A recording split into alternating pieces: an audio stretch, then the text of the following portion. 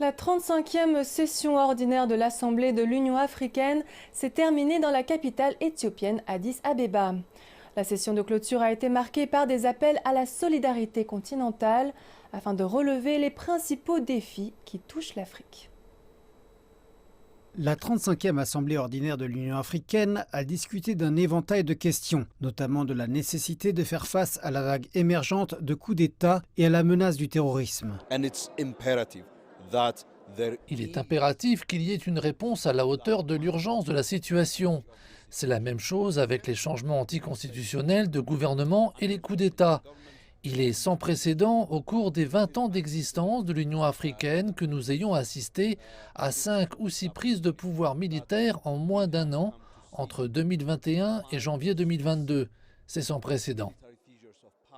Le sommet a discuté d'un large panorama d'ensemble de l'état de l'Union, abordant des questions liées à la santé, à la gouvernance, à la paix et à la sécurité.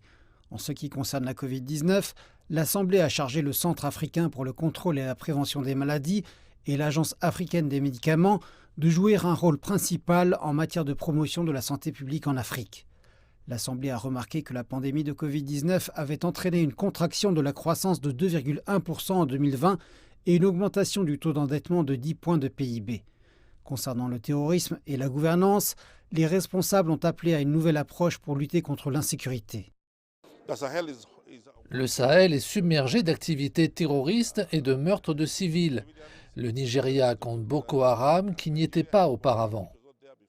En ce qui concerne le multilatéralisme, l'Assemblée a remarqué l'intérêt croissant pour celui-ci sur le continent. Elle espère que cela se traduira bientôt par un développement substantiel au bénéfice de l'Afrique. Les Costa-Ricains ont été appelés aux urnes dimanche pour choisir leur nouveau président. Cette élection a déjà établi un record puisque pas moins de 25 candidats briguent la fonction suprême. Tous les sièges de l'Assemblée nationale sont également en jeu.